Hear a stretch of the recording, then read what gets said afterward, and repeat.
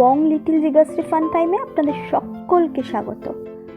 আজকে Sunday special recipe কাতলা মাছের দই সর্ষে। লাগছে কালো হলুদ সর্ষে, টমেটো, সামান্য পরিমাণে রসুন, কাঁচা লঙ্কা। মিক্সিতে একটু পেস্ট করে নিলাম। চেরা কাঁচা লঙ্কা, পেঁয়াজ কুচি, তেলের মধ্যে সামান্য কালো জিরে, তারপরে চেরা কাঁচা লঙ্কা আর পেঁয়াজগুলো ঢেলে দিচ্ছি। একটু যখন সোনালি বর্ণ হয়ে যাবে তখন তার মধ্যে ঢেলে দেবো পেস্টটা। তারপরে হালকা হাতে নাড়াচাড়া করে অপেক্ষা করব যতক্ষণ না তেল ছাড়ছে।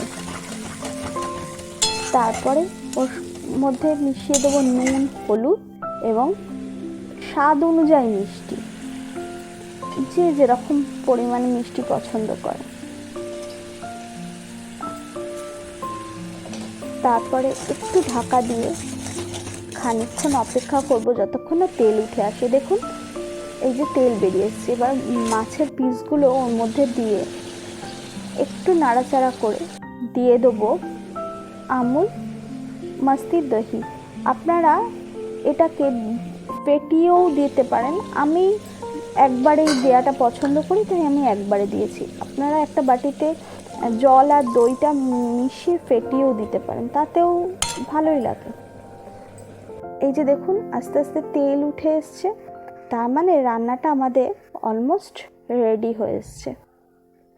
ব্যাস, আর কি, গরম ভাত আর কাতলা মাছের দই সর্ষে, ব্যাস আজকে সানডে দুপুর একদম জমে গেছে।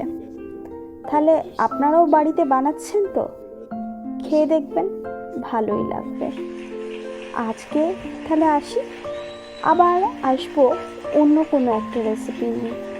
ভালো লাগলে কমেন্ট, শেয়ার এবং না ভালো লাগলেও কমেন্ট করতে ভুলবেন না যেন।